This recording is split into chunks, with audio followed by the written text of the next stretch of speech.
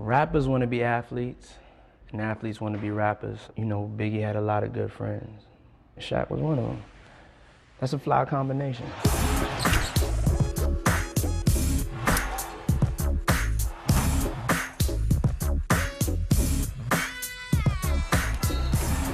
In 1994, Shaquille O'Neal met Christopher Wallace, better known as the Notorious B.I.G. or Biggie Smalls. They were both just 22. Shaq was a dominating center for the Orlando Magic, already a two-time All-Star, and Biggie was a breakout rap star.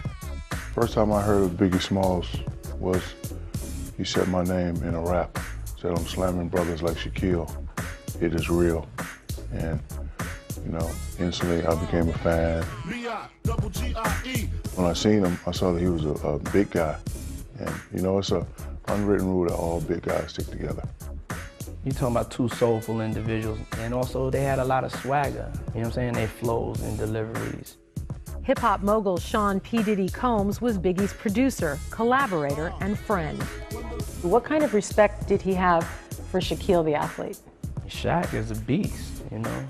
Go hard or go home, and he really embodies that. You know, Biggie paid respect by shouting him out.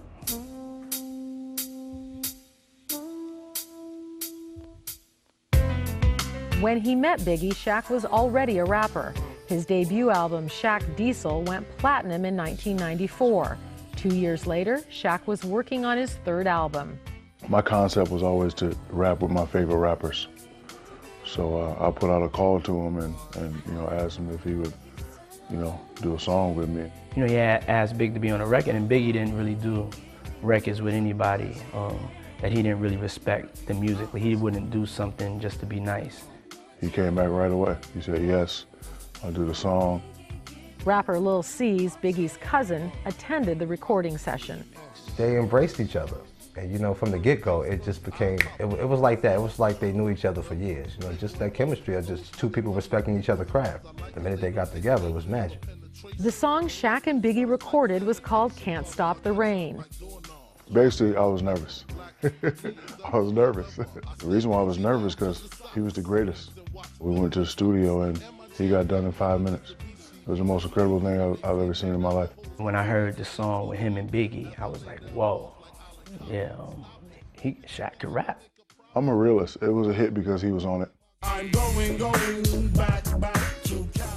Shaq joined the Lakers in 1996, and on March 6, 1997, celebrated his 25th birthday in LA.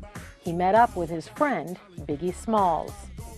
I was on Sunset Boulevard, and he was at the tattoo parlor. Yeah, he was a good spirit. He was getting a tattoo. I think he was getting a scripture on his arm. And he invited me to his party. They made plans to meet at that party, which would be held 2 days later in Los Angeles after the Soul Train Music Awards. Shaq's close family friend, Jerome Crawford, was supposed to pick Shaq up and bring him to the party. I had on a cold white suit and with the white hat and all that. I was waiting on Uncle Jerome, and I put some headphones on. Usually Uncle Jerome would just come up, but I guess he tried to call the front desk and they wouldn't let him through. I was actually on my way. I was dressed, ready to go. Shaq says he fell asleep and never made it to the party. A call from his mother woke him up at 4 a.m. She said, "Did you go to the party?" And I'm like, "No, what are you talking about?" She said, "You know your friend was shot." Shortly after midnight on March 9, 1997, Biggie left the party at the Peterson Automotive Museum in a SUV with 3 other passengers. A car had pulled alongside the SUV Biggie was in. Lil C's was in the back seat, directly behind Biggie. One dude in the car by himself and just didn't say nothing, just rolled up on the car, pulled out his hand out the window, started firing into the car, firing into the Biggie door. Big was just slumped over the car, so just like with this shocked look on his face. Like, you know, like he just couldn't believe what just happened. Biggie was shot 4 times in the chest and was pronounced dead a short time later at a local hospital. It was a sad day for everyone, sad day for everyone.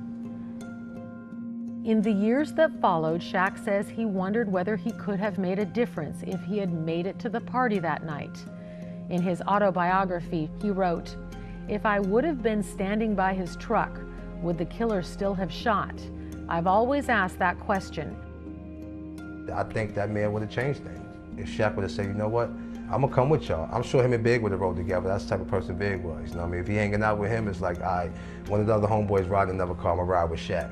And I'm sure Shaq would have had security, and I'm sure Big probably would have had enough security to come with him that day just to make sure Shaq was all right. So I definitely think if Shaq would have been there, it definitely would have changed. Definitely would have changed. Shaq says that each year his birthday reminds him of the last time he saw his friend. I just think I was fortunate enough to say that I knew him. Fortunate enough to say that, you know, he blessed me with 32 bars on my album. And I'm blessed enough to say that he knew me and I knew him. So I don't really think about the bad, I just think about the good time. And he is the greatest now. Even now when I listen to his verse on different beats, it still sounds like he's still here.